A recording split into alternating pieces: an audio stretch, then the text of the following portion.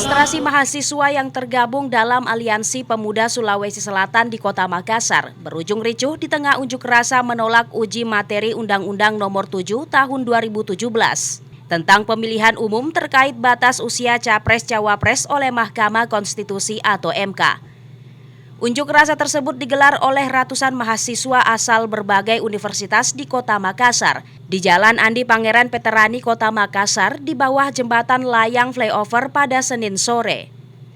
Dalam aksi tersebut, kericuhan sempat terjadi melibatkan antara pengunjuk rasa dengan aparat kepolisian yang mengawal jalannya demonstrasi. Kericuhan bermula saat ratusan mahasiswa yang menyampaikan aspirasi menolak uji materi terhadap pasal 169 huruf Q Undang-Undang Nomor 7 Tahun 2017 tentang pemilihan umum terkait batas usia Capres-Cawapres. Dihalau oleh polisi saat para mahasiswa hendak menyandra mobil box untuk dijadikan panggung orasi, sebelum akhirnya kericuhan antara pengunjuk rasa dengan polisi tidak terhindarkan. Selain terlibat kericuhan, ratusan pengunjuk rasa juga melakukan aksi blokade jalan hingga menimbulkan kemacetan panjang. Bahkan di antara pengunjuk rasa nekat membakar becak motor atau bentor yang mereka bawa sebagai bentuk kekecewaan terhadap pemerintah.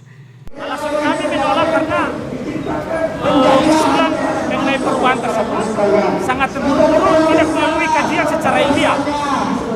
Nah, apalagi beberapa hasil diskusi teman-teman bahwa tidak relevan yang disampaikan oleh DPR, dilemparkan semua kepada MK. Jadi persoalan ini mencederai demokrasi di Indonesia. Ya, itu sangat jelas mencederai demokrasi kita pada hari ini. Selain menolak uji materi terhadap pasal 169 huruf Q Undang-Undang Nomor 7 Tahun 2017 tentang pemilihan umum terkait batas usia Capres-Cawapres, mahasiswa juga menolak adanya politik dinasti pada Pilpres 2024 yang dinilai akan mencederai demokrasi di Indonesia.